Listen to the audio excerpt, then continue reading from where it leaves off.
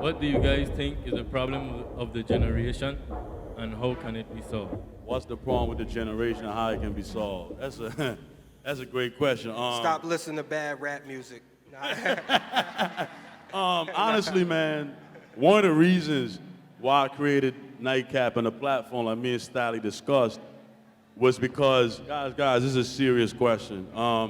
It's because art and music is arguably the most powerful thing on this planet.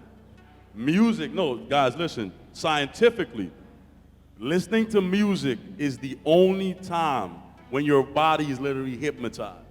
It is one of the only pastimes where all your five senses are tuned into. Sight, sound, and everything. It's literally that powerful. So to be honest, it's creating, and I know music is so powerful for a lot of our young people who necessarily don't have the best home structure. Like you can admit, rappers raise them. The lyrics they listen to are raising them. So understanding that guys like Stalley, we have these discussions all the time. We just had this discussion in Miami. The responsibility of what the messages these guys are putting out to you is very influential. So me as a journalist, as a platform, I create a platform where guys like Stalley can speak that truth to power and positivity. So how do we change the generation? Start loving ourselves more. And what I mean by loving yourself more, if you're listening to music or watching a movie or a friend who's telling you to do something you know is gonna destroy your life, like if you're listening to a record, and in this song, the whole song is about you sipping lean, literally, lean kills you. It stops your heart. So you have to love yourself more. You're gonna look for people who love you too. And if people really love you, they're not gonna influence you in any manner that's gonna lead you to a destructive life. So start loving ourselves more. If you're a young lady, stop. If you're listening to somebody calling you the B word consistently, why would you embrace that? Because that individual doesn't really care about you.